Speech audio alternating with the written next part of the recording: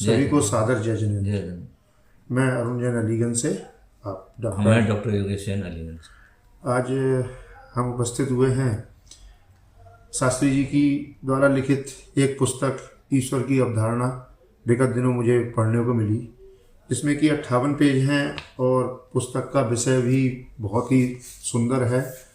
पुस्तक की लिखावट और पुस्तक के पेज जो हैं उनकी क्वालिटी भी बहुत उत्तम है। इस पुस्तक की समीक्षा के लिए हम उपस्थित हुए हैं कि क्या ऐसी ज़रूरत पड़ी ईश्वर की अवधारणा के विषय में, और उसकी हम आपको पूरी जानकारी देंगे। आशा करते हैं आपको हमारी जानकारी अच्छी लगेगी। शास्त्री जी, इस पुस्तक को मैंने पढ़ा, दिमाग में एक हलचल सी पैदा हुई इस पुस्तक को पढ़ने के बाद। जब पढ़ने पे हमारी ये हालत हुई है, आपको इस विषय को लिखने की क्या आवश्यकता पड़ी? किन परिस्थितियों में ये पुस्तक लिखी गई? जो इतने गूढ़ विषय आप ढूंढ के लाए हैं, उनकी क्या आवश्यकता पड़ी आपको? कहाँ पे लिखी गई ये पुस्तक? ये पुस्तक तो एक्चुअल में हमने कुछ टीकमगढ़ की जेल में और कुछ सागर की जेल में लिखा था। अच्छा, तो ये वहाँ की? हाँ, और मैंने वहाँ जेली जीवन में देखा है कि लोग बहुत दुखित और पीड़ित होते हैं तो उन्हें भगवान याद आते हैं। हाँ, बाहर के जीवन में अगर वो बाहर भगवान को याद करें तो जेल आने की जरूरत ही ना पड़े। हाँ, दुख में सुमरन सब करे, सुख में करे ना कोई। ये चीज जो आपने कही उसमें याद आती थी तुम्हें। तो फिर लोगों को बात करते थे और ये इस विषय पर चर्चा होती थी। अगर ये बात पड़े कि अगर हम एक बात सीधी ही कह दें कि हम भगवान को माने ही नहीं तो क्या प्रॉब्लम, मतलब सामाजिक जीवन में, व्यक्तिगत जीवन में भगवान की जरूरत क्या है, इस पर चर्चा है। दूसरी बात, दुनिया का कोई भी कोना ऐसा नहीं होगा जहां किसी ना किसी रूप में ईश्वर को ना माना जाता हो। प्रश्न ये भी उठता है जो हमने यहाँ उठाया कि ईश्वर की सोच शुरुआत कहाँ से हुई, मतलब सामाजिक। उससे पहले हम ये पूछना चाहते हैं कि इस पुस्तक की अवधारणा आपके मन में कहाँ पे आई और कहाँ लिखी गई ये पुस्तक? ये पुस्तक लिखी तो हमने सागर जेल में और टीकमगढ़ जेल में लिखी थी जी। और वहाँ के जेलर ने किताबें, कागज हम बटोर लेते थे, थोड़े से कागज थे तो रिक्वेस्ट करके कागज हमने लिया था वहाँ से, और उन्होंने कुछ पेज पढ़े तो उन्हें बहुत अच्छी किताब, ये मतलब वो पेज बहुत अच्छे लगे। तो कुल मिला के आपकी जो 21 दिन या 29 दिन की जेल यात्रा, 23 दिन की जो जेल यात्रा रही है, उसकी उपलब्धि है ये। और मुझे लगता है कि ये मेरा वो दिन जीवन का स्वर्णिम था कि हमको कुछ लिखने को मिला है, और हम चाहते हैं कि हर व्यक्ति के जीवन में ऐसा आए ताकि वो कुछ ना कुछ लिखने की प्रेरणा जेल में ले। तो क्या आपके साथ भी ऐसा हुआ कि दुख के दिनों में आपको भी ईश्वर याद आई तब ये किताब लिखी गई? दुख के दिनों में क्यों, सुख के दिनों में मेरा जीवन का सबसे सुखद क्षण था वो। हम दुख के, हाँ, और हम चाहते हैं कि आपको भी ऐसा अवसर मिले जीवन में ताकि आपको रचनात्मक प्रतिकूलताओं, हम कैसा सोचते हैं, ये जीवन का महत्वपूर्ण क्षण होता है। हाँ, प्रतिकूल समय में हमारे विचार, आप क्या सोचते हैं, ये आपके जीवन की औकात होती है। अनुकूलता में तो सब सोच लेते हैं, वाह वाह जय जयकार में तो सब संत हैं, पर प्रतिकूलता में आप कैसा जीवन जीते हैं, ये आपकी शिक्षा का आधार बनता है। हम अब ईश्वर की बात कर रहे हैं, मेरे बार बार दिमाग में आता है कि सबसे पहले ईश्वर की कल्पना कहाँ से हुई? हम अगर ईश्वर को नहीं माने तो क्या प्रॉब्लम है? जब हम कोई बात करते हैं कि ईश्वर को नहीं मानते, ईश्वर को नहीं मानना एक बहुत बड़ी गाली मानी जाती है समाज में। हम अगर कहें कि ईश्वर को नहीं मानते हैं तो क्या वो अनैतिक है सर? जबकि जीवन में हम ये देखते हैं ईश्वर को मानने वाले ज्यादा अनैतिक दिखते हैं, और ईश्वर किसी को ना माने तो क्या मतलब समाज जीवन में इसकी क्या आवश्यकता है? हम अगर नहीं माने तो क्या दिक्कत आएगी? वही तो हम जानना चाहते हैं। ये कि जो ईश्वर को नहीं मानता है उसको नास्तिक की उपाधि से माना जाता है, या जो मंदिर नहीं जाता है उसको नास्तिक बोला जाता है। हम ये सर्वांगीण चल रहे हैं, हम जैन की बात नहीं कर रहे, हम एक मनुष्य मात्र की बात कर रहे हैं कि अगर नहीं माने तो क्या प्रॉब्लम आ गई। वो आदिवासी भील वो ईश्वर को नहीं मानते, लेकिन किसी ना किसी उसमें पेड़ पौधों को मान लेते हैं। किसी को तो मानते हैं, कोई कल्पना कर, कोई तो कल्पना नहीं है। इसकी शुरुआत कहाँ से हुई? इसकी शुरुआत वही है जब माँ अपने 1 वर्ष के बच्चे को पालती है और वो उद्दंडता करता है तो उसको कहता है, उसको माँ कहती चुप रहे, हवा आ जाएगा, हवा आ जाएगा। वो दिमाग में शुरू से हवा बैठाया, इसके मतलब ये हुआ। और वो हवा से भगवान की शुरुआत हुई। आप कहोगे कैसे? अच्छा। डरा धमका, भगवान की शुरुआत डरा धमका के प्रेम से नहीं हुई। कि अगर ऐसा नहीं करो नरक चले जाओगे तुम, नरक चले जाओगे, धमका के ऐसा कर लो दुकान से चल जाएगी। मतलब भय, आशा, लोभ, ये सोच की जब, और ये मानवीय विकार है, ये अनादिकाल से है। आदमी भय का क्या करें, तो कुछ तो दिखता नहीं तो वो कोई अपनी कल्पना कोई कल्पना कर लेता है। इसके मतलब हुआ कि ईश्वर की शुरुआत डंडे की जोर पे हुई, भय उत्पन्न करके हुई। तो भय के उत्पन्न करके हुई जैसा ईश्वर हमें स्वीकार नहीं है। दुनिया में दो तरह के हैं, हवा के रूप में, जब हम मुस्लिम दर्शन को देखते हैं, हम हिंदुइज्म को देखते हैं, हम ईसाई को देखते हैं, हम सिखों को देखते हैं और हम जैन दर्शन को देखते हैं। हिंदुइज्म में जो आया है कि वेद, अग्नि, वायु, हवा, और यहाँ तक वो जो जुआ खेल रहा है, जुआ में हार ना जाए, इसके लिए भी देवताओं की पूजा करता है। उसको अक्ष सूक्त बोलते हैं कि हे भगवान, हे अक्ष देवता, मेरे अनुकूल ही तुम मेरे नंबर लाना। बिल्कुल। तो ऐसे करके अक्ष की शुरुआत हुई, और वेदों में अक्ष नाम का एक भगवान भी है। अच्छा। अग्नि नाम का भगवान है, क्योंकि अग्नि से हम जले तो हमें लगा जला, तो मतलब भय खा करके अग्नि को देवता हमने मान लिया, हवा को देवता मान लिया। ऐसे ही मुसलमानों के यहाँ हुआ। तो इन सब में बहुत बड़ा अंतर नहीं है कि कहीं ना कहीं भय, आशा कि हमें कुछ मिल जाएगा।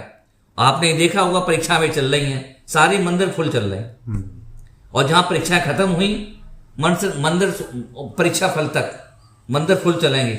उसके बाद मंदिर में घंटा बजाने वाला कोई नहीं होगा। ये दुनिया की रीति है। आप कभी अभी पेपर चल रहा है बीए वगैरह के, देखना मंदिर फुल चल रहे हो।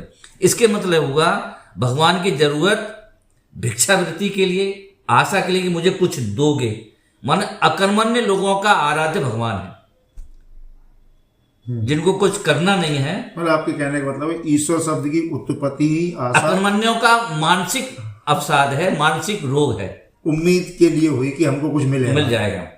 ये सारी दुनिया में मिलता है, जबकि यथार्थ ऐसा है कि वे उम्मीदें सफल नहीं होती हैं। हम अपने जीवन की घटना इसलिए हमारा शुरुआत मिली, हमने जब राजस्थान यूनिवर्सिटी से फिलॉसफी से एमए किया था, तो मैंने एक कल्पना करी थी कि महावीर जी हमारे जैनियों की जगह है, महावीर जी सब जानते हैं। मैंने ये मांग की थी, हे भगवान महावीर, यदि तेरी ताकत हो, वास्तव में ताकत हो, तो मेरे गोल्ड मेडल को रोक। और परीक्षा दे के 2 महीने तक महावीर जी में रहे थे। उसी समय भोजनालय शुरू हुआ था और पांडुलिपि मुद्रण कला शिक्षण शिविर चला था, और उस समय कपूर चंद जी उसमें महामंत्री थे। उस समय मैंने ये मांग की थी कि हे भगवान महावीर, ये तो तू वास्तव में देता है, तो मेरा गोल्ड मेडल को रोक के दिखा। उल्टा हम 2 महीने वहां महावीर जी रहे, और 2 महीने तक महावीर जी के दर्शन नहीं किए हमने कि तेरी ताकत हो तो मेडल रोक तू। यूनिवर्सिटी टॉप करी हमने, महावीर भगवान कुछ नहीं कर पाए। इसके मतलब ये हुआ कि जगत के कार्य करने में, और भी हम बहुत से देखते हैं, जगत के काम में और भय में इन भगवानों का कोई योगदान नहीं। तो आप इस हिसाब से आप ईश्वरवादी हैं या नहीं है? बहुत सही प्रश्न किया। हम यहाँ पे ये देखें, ईश्वरवाद से मतलब क्या है? ईश्वर में आस्था, आपकी आस्था का मतलब क्या है? आस्था का मतलब ये है कि हम कोई काम नया करने जा रहे हैं या कुछ उम्मीद है, तो हम ईश्वर से प्रार्थना करके जाते हैं। किस रूप में? किस रूप में? मान लो याचक, मतलब चांदी का कटोरा, याचक मान। इसके मतलब ये भी हुआ कि दुनिया में भिक्षावृत्ति की शुरुआत कहाँ से हुई?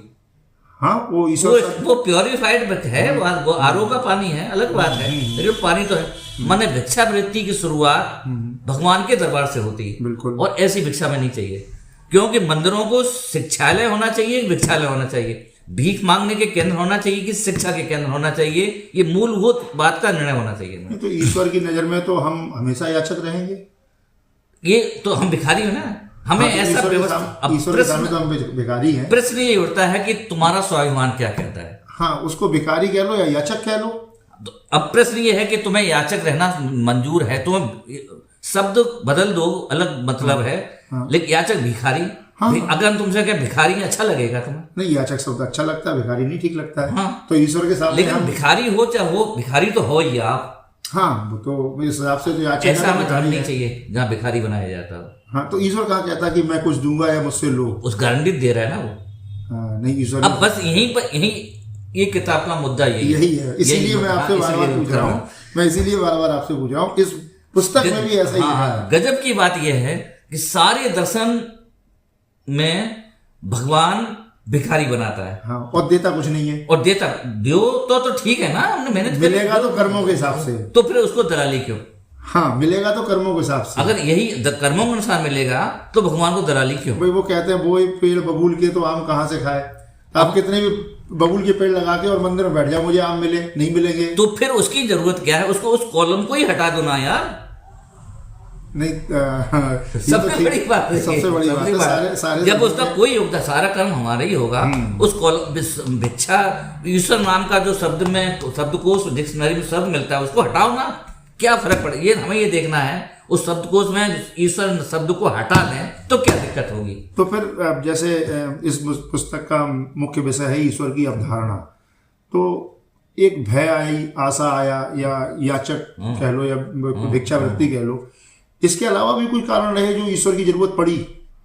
यही हम आगे मुद्दा, मतलब हमारे मानसिक विकार, जैसे हम क्रोध आया तो हमने क्रोध का देवता बना लिया। वो सिंह पे चढ़े हुए हैं, भाला पकड़े हुए हैं, नाम नहीं लेना चाहते हैं। हमें कुछ पैसा मिले, उसका हमारी इच्छाओं का कोई हमको पूर्ति करे, उसकी पूर्ति के लिए लक्ष्मी जी को मान लिया हमने, जो हमको पैसा देता है। माने हमारे अंदर के मनोविकारों की अभिव्यक्ति को ईश्वर के नाम दिया हमने। सारी संसार की बात कर रहे हैं हम, यहाँ की बात नहीं कर रहे। हमने ये सब चीजें लिखी हैं, ईसी वगैरह लिखी हैं। हाँ। अब प्रश्न उठता है कि फिर क्या यही है कि कुछ है? एक्चुअल में ईश्वर को हम मानने का मतलब ये नहीं है कि मेरा चौका बर्तन करें। फिर ईश्वर को तुम मानते हो नहीं मानते, सीधी बात स्पष्ट करो, तुम घुमा मती। ये प्रश्न आपका हो सकता है कि आप सीधी बोलो, ईश्वर को मानते हो या नहीं मानते हो? मानते हो तो किस रूप में मानते हो? किस रूप में मानते हो? इसका उत्तर जिन्होंने ने दिया है कि ईश्वर को हम अपने जीवन का चौका बर्तन करने वाले मेरी नहीं मानते। ईश्वर है पर मेरे कार्य का कर्तव्य करने वाला नहीं है, क्योंकि अगर करने वाला होता तो वो चीज होना चाहिए थे। असल में सच्चे अर्थों में ईश्वर को सोचने वाला एक यूनिक, माने एक तरफ सारी दुनिया सोचती है और उसी तरफ से अगर जैन दर्शन सोचता है तो जैन दर्शन को सनातनियों में शामिल हो जाना चाहिए। अपने अलग से ढपली क्यों बजा रहे हो आप? क्यों बजा रहे? अंतर यही है कि अपने जैन आगम में स्वयं को ईश्वर बनाओ ऐसा माना गया है, और अन्य धर्मों में ईश्वर को पूजो, एक परम शक्ति को माना गया है, जो हमारा अंतर है। हाँ। भगवान जैन दर्शन में कण में ईश्वर नहीं, हर व्यक्ति में ईश्वर होने की शक्ति है। ये अवधारणा है। और इस अवधारणा में किसी का आशीर्वाद की व्यवस्था नहीं है। मतलब तुम में ताकत होगी तो बन पाओ। हम पूछते हैं भारत देश के तुम राष्ट्रपति हो सकते नहीं हो सकते? हाँ, बिल्कुल हो सकते हैं। कैसे हो सकते हो?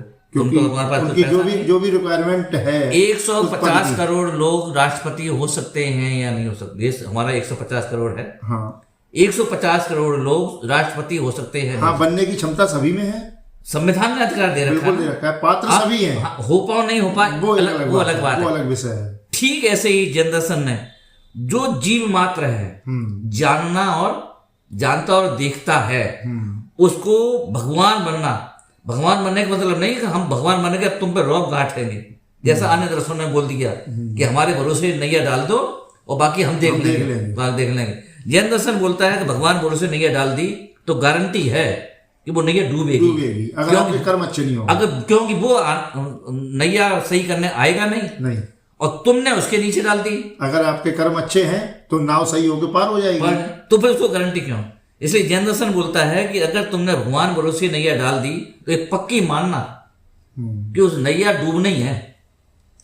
क्या करना कि वो नैया अपने बाहुबल पे, अपने सत्कर्मों पे, अपने आचरण पे के भरोसे डालोगे तो आपकी नैया निश्चित रूप से डुबाने वाला कोई नहीं है। ये हमारा उनमें बहुत बड़ा अंतर है। इसलिए जैन दर्शन की जो ईश्वर की अवधारणा है वो किसी कृपा पे नहीं है। हमारे जो अंदर गुण हैं, सद्गुण हैं, उनकी जो अभिव्यक्ति है माना हमारा किसी ईश्वर, हमारा जैन दर्शन का ईश्वर किसी पे रुआब नहीं ढालता, किसी पे अनुशासन नहीं करता है। यहाँ हमारे जैन दर्शन का ईश्वर आत्मानुशासन की बात करता है, पर के शासन की बात नहीं करता है। अब यहाँ ये देखना है कि तुम्हें कौन सी व्यवस्था चाहिए। दूसरा तुम पर शासन करे वो वाली व्यवस्था चाहिए, कि तुम पर कोई दूसरा शासन नहीं करे। स्वाभाविक सी बात है, किसी के मन में आएगी हम पे कोई शासन ना करे। हर दुनिया का आदमी चाहता है, बिल्कुल चाहता है। ये दुनिया का हर रीति है। हम आपसे पूछते हैं, हम अपना रसोई बना रहे हैं और आप कहो आके योगेश ऐसी रसोई बना लो, हम कहेंगे भाई साहब पिंटू, अपनी जब रसोई बनाना हमें राय नहीं चाहिए, आपका ज्ञान नहीं चाहिए। ऐसा ही आपने अपनी पुस्तक में भी लिखा है कि अरहंत और सिद्ध हमारे आदर्श तो हैं, हाँ, लेकिन वो हमें हाथ पकड़ के अपनी अवस्था तक पहुंचा ले, ये उनके लिए संभव नहीं है। आदर्श का मतलब क्या है? आदर्श का मतलब हम उनके पद चिन्हों पे चले, जैसे वो दुखी थे और सुखी हो गए, पशु से परमात्मा बने, बिल्कुल बन गए। तुम पशु हो कि नहीं? पशु का मतलब यहाँ पर दुखी, अज्ञान या दुखी है, ज्ञानता या दुखी। तुम सुखी जीवन चाहते हो नहीं चाहते हो? हाँ बिल्कुल, हर जीव ये चाहता है कि हम सुखी रहें। भगवान जैन दर्शन का भगवान ये कहता है कि सुखी होने के लिए किसी का दास बनने की जरूरत नहीं है। दूसरी तरफ गजब की बात है, जब तक हम भगवान नहीं बन पा रहे हैं तब तक हम भगवान दास बनने में हमको कोई दिक्कत नहीं है, क्योंकि आप हमें गाइड कर रहे हैं ना, आपको हम धन्यवाद देंगे। फिर हमारे जो जैसे हम अपने जीवन काल में जो शुभ कर्म और अशुभ कर्म की जो जिक्र आता है, व्यवस्थाएं हैं, फिर इनका हिसाब कौन रखता है कि हम अशुभ कर्म कर रहे हैं तो वो हमें भोगने हैं, जो शुभ कर्म कर रहे हैं वो हमें भोगने। ये व्यवस्था फिर कौन देखता है? कोई तो देखता है ना। अगर ये व्यवस्था 1 मिनट के लिए हम ये समझ लें कि भगवान देखता है, हम मान लें 1 मिनट के लिए, तो क्या आचरण होगा ये हम देखना, क्योंकि हम साइंस के पढ़े हुए हैं, बुद्धि तो आपकी भी तकनीकी बुद्धि है। हम 1 मिनट के मान लें कि जिसमें कोई व्यवस्था हमारी देख रहा है और एक जिसमें कोई व्यवस्था नहीं देख रहा है, इन दोनों में क्या लाभ और क्या हानि बनी है ना? हानि लाभ तो देखते हैं। अगर हमारी कोई दूसरी व्यवस्था देख रहा है तो हम पराधीन होंगे कि हमारी व्यवस्था अच्छी तरह से देखते रहना भाई साहब। बिल्कुल, पराधीनता यही पराधीनता ही तो है। और उस पराधीनता का नाम ही तो पूजन भक्ति है। हाँ, उसी का नाम पूजन, चाकरी, चापलूसी, कि हमारी व्यवस्था मैं कर रहा हूँ खराब कर्म और लिखे जाए अच्छे कर्म। उसके लिए रिश्वत, जैसे परीक्षा में हम आधा उत्तर लिख के आए हैं और कोशिश कर रहे हैं नंबर पूरे मिल जाए, तो जो परीक्षक होता है उससे हम कोशिश करते हैं अपनी व्यवस्था, भ्रष्टाचार की शुरुआत हो जाती है, क्योंकि हमें ऐसा लगता है कि हम आपको खुश कर लेंगे। हम अपने काम तो हम वैसे ही रखेंगे, पर हम आपको खुश कर लेंगे तो मेरे काम सही हो जाएंगे। ऐसी अगर मानसिकता बन जाएगी तो क्या होगा? तो फिर ये नियत कौन करता है कि मैंने इतने अशुभ कर्म करने के बाद मुझे उनका फल मिलना शुरू होगा, या इतने शुभ कर्म करने के बाद उनका फल मिलना शुरू होगा? ये व्यवस्था कौन चलाता है? इसकी व्यवस्था जैन दर्शन ने बताई कि जो हम कर्म करेंगे, भाव करेंगे, वैसा ऑटोमेटिक कर्म का बंद होगा। नहीं, उसका कितने समय बाद होगा? उसी समय होगा, बंद हो गया। हाँ, लेकिन हमने बहुत लोग ऐसे देखे जो एक्चुअल में ये कह लो बहुत बड़े भक्त हैं, और एक समय के बाद जब मतलब मंदिर में भक्ति का टाइम, उसके बाद वो सब तरीके के आचरण करते हैं और उनको ऐसा कोई फल नहीं महसूस होता कि तुरंत मिल रहा है। यहाँ देखने वाली बात है कि कर्म का बंधन होता है तब तो हमें कुछ विचार आता नहीं, मतलब खुशी खुशी अशुभ या शुभ करते हैं। हमें तब भगवान याद आते हैं जब कर्म का उदय आता है, फल का टाइम होता है। आज हमने बंधन किया है तो आज ही उदय में आएगा ऐसा तो नहीं, वो 20 साल बाद भी आ सकता है, लाखों वर्षों बाद भी आ सकता है। लेकिन उस कर्म बंधन का जो जिम्मेवार है वो जिम्मेवार हमारी खुद का आचरण है। इससे फायदा क्या होगा? सबसे बड़ी बात यह है कि एक तरफ तो हम अपनी व्यवस्था दूसरे का अधीन कर रहे हैं और एक व्यवस्था में हम कोई अधीन नहीं कर रहे, हम खुद कर रहे हैं। इन दोनों व्यवस्था में अंतर देखें। जब हमारी जीवन की व्यवस्था कोई दूसरा करेगा, स्वर्ग नरक वगैरह भेजेगा, तो हमें वहां पर दूसरे के पराधीन होना पड़ेगा। और जहां हम दूसरी व्यवस्था दे जिससे हमारी व्यवस्था कोई करने वाला नहीं है, तो हम पराधीन नहीं होंगे। सफल हुए तो हम जिम्मेवार, असफल हुए तो हम जिम्मेवार, नरक गए तो हम देखेंगे नरक गए क्यों यार। हाँ, वो जो हमारे कारण हैं, असफलताओं के कारण जब समझेंगे तो उन कारणों को दूर करने के लिए किसी दूसरे को जिम्मेवार नहीं ठहराएंगे, उन कारणों को दूर खुद हम करेंगे, तो हमारा पुरुषार्थ बढ़ेगा, घटेगा नहीं। देखना, और सफलता हुई तो हम किसी को दूसरे को सही नहीं देंगे। इसलिए वो व्यवस्था ज्यादा अच्छी है जिसमें सफल हो या असफल हो उसकी पूरी जिम्मेवारी हम लें, हम दूसरी जिम्मेवारी नहीं। फायदा ये होगा कि उन कमियों को दूर करने के प्रयत्न करेंगे जिसको बोलते हैं अशुद्धता का विनाश। अच्छा, अगर हम जैसे हमने कोई अशुभ कर्म हुआ, हमसे किया नहीं, हो गया, और हमको लगा ये हमसे गलत हुआ, तो हम उसकी क्षमा मांगने ईश्वर से जाते हैं। अब अगर हम ईश्वर की अवधारणा को एक सिरे से ये मान लें कि हम याचक बन के जा रहे हैं और हम नहीं मानते हैं, फिर हम अपने जो हमसे अशुभ कर्म हुआ है हम उसका प्रायश्चित कैसे करेंगे? सबसे बड़ी बात होती है अपनी गलती को स्वीकार करना, ये सबसे बड़ा प्रायश्चित होता है। हाँ, हमने अपने आप से मान लिया, स्वीकार कर लिया तो अगली बार वो प्रयत्न, गलती को सुधारने का प्रयत्न करेंगे। जीवन की वृत्ति है, हमें पता पड़ जाए कि हमारा ये फॉल्ट है और उस फॉल्ट का कारण हमको ये नुकसान उठाना पड़ा, तो उस कमी को दूर अपनी गलती को स्वीकार करना दुनिया का सबसे बड़ा पुरुषार्थ है। केवल अपनी गलती को स्वयं स्वीकार लें, उसमें ईश्वर से कोई सरोकार नहीं, कोई मतलब नहीं। क्योंकि ये रास्ता किसी एक व्यक्ति, प्रतिष्ठित व्यक्ति ने बताया है, तो उसको आप धन्यवाद दोगे कि नहीं दोगे? हाँ, जैसे हम मान लो कहीं बॉम्बे जा रहे हैं, हमें नहीं पता है, आपने कहा ऐसे ऐसे चले जाना, तो हम आपको याद करेंगे कि नहीं करेंगे? बॉम्बे तो हम खुद ही जा रहे हैं, बिल्कुल, आपका कोई योगदान नहीं, लेकिन आपने रास्ता बताया, उस रास्ता बताने वालों को हम धन्यवाद देंगे कि नहीं देंगे? हाँ। ठीक ऐसे ही हमारी इस व्यवस्था को, जहां सारी दुनिया लूटने में लगी हुई है, वहां एक व्यक्ति आके ऐसा कहता है कि तुम्हारी सारी कमियों की जिम्मेवार तुम स्वयं हो, उसको तुम धन्यवाद दोगे कि नहीं दोगे? वो जो बताने वाला है वो तो हो गया जैन दर्शन का भगवान, बिल्कुल, और जो आपने धन्यवाद दिया वो हो गई भक्ति, जिसमें चापलूसी नहीं पर धन्यवाद है। हाँ, ईश्वर के ये धन्यवाद दें कि हमको आपने सही रास्ता बताया, ले नहीं और हमें इस लायक बनाया कि हम अपने अशुभ कर्मों को महसूस कर सकें कि हमने यहाँ गलती की। हमें इतना बुद्धिमान बनाया कि हम अपनी गलतियों को बुद्धिमान बनने के लिए प्रेरित किया कि हम अपनी गलतियों को पहचान रहे हैं और भविष्य में ना करने की कोशिश कर रहे हैं। इसका धन्यवाद देने के लिए हम ईश्वर को याद करें। और इस धन्यवाद को क्या बोलते हैं? भक्ति। तो आप इस तरीके से भक्ति, आप ईश्वरवादी हैं। हाँ, किस रूप में?